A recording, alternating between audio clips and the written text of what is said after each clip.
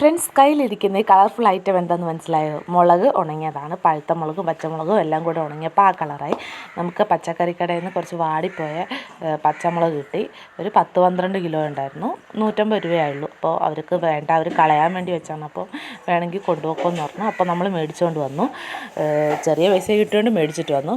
അപ്പം ഇത് എങ്ങനെ സൂക്ഷിക്കുന്നുള്ളതിൽ ഡൗട്ടുണ്ടായിരുന്നു. അപ്പം ഉപയോഗിച്ചാൽ തീരത്തുമില്ല, ചീഞ്ഞു പോകത്തില്ല. അപ്പോൾ പിന്നെ നമ്മളിത് ഉണക്കി ഇച്ചിരി വെയിലുള്ളപ്പോഴായിരുന്നു കേട്ടോ നമ്മൾ ചെയ്തത്. ഉണക്കാൻ വേണ്ടിയിട്ട് വെള്ളം തിളപ്പിച്ച് ഉപ്പിട്ടിട്ട് വെള്ളം നന്നായി തിളച്ചപ്പോൾ നമ്മൾ മുളകൊന്ന് അതിൻ്റെ അകത്തിട്ട് വാട്ടിയെടുത്തു. 2 ട്രിപ്പായിട്ടാണ് നമ്മൾ ചെയ്തെടുത്തത്. 2 ഈ അരിപ്പക്കൊട്ട നിറയെ ഉണ്ടായിരുന്നു. അപ്പം നല്ലോണം ഒരു വെന്ത് ഉടയരുത്, പക്ഷെ ഒന്ന് നന്നായിട്ട് മുളകൊന്ന് വാടിക്കിട്ടണം. അപ്പം അതിൻ്റെ അകത്ത് ചെളിയും വിഷമൊക്കെ പൊക്കോളും. പിന്നെ നല്ലോണം ഒന്ന് വാടിയോണ്ട് പെട്ടെന്ന് ഉണങ്ങാനും പറ്റും.